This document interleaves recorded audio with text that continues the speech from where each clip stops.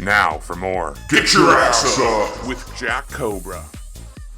So I was abroad this summer. Spent some time in Ireland, spent some time in Spain. And of all the cultural differences I experienced on the other side of the pond, the one I never got used to was the total absence of drip coffee. They just don't got it. Absolutely none whatsoever. But going over there, I'm completely unaware of this. So there I am, first morning in Dublin, and I enter this cafe and foolishly ask for a coffee. The dumbfounded waiter in return just pointed me to the drink section of the menu before me. I poured it over, seeing all the espresso and tea drinks they offered, not seeing my beloved cup of joe anywhere. Being a two-time former barista, I ordered the closest thing they had to drip coffee, an Americano, and thus claimed my birthright.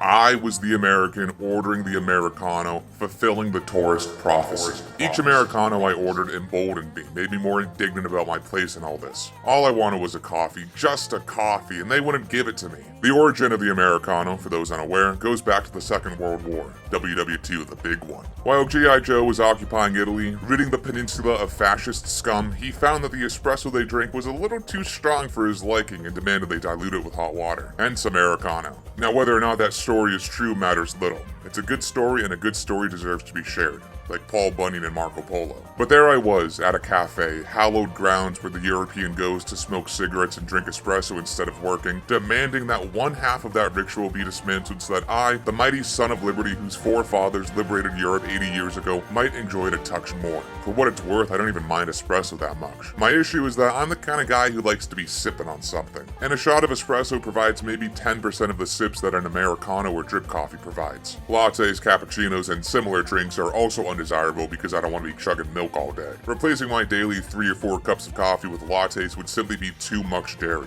I'm not an infant. Milk is not a substantial part of my diet. Drinking Americanos overseas got me noticing all the other American culture we've shipped off to the rest of the world. I began to hear all the American music on the radio, recognized all the posters for Hollywood movies and shows, and seeing all our brands and corporations. You always hear about how much soft power we have here in the States, but it never really clicks until you're the only American eating at the McDonald's right next to the Barcelona Aquarium. I had the McExtreme, a bacon cheeseburger you dip in a cup of nacho cheese. It was incredible. One of the first things I did when I got home was went to Dunkin' Donuts and got a large hot black coffee.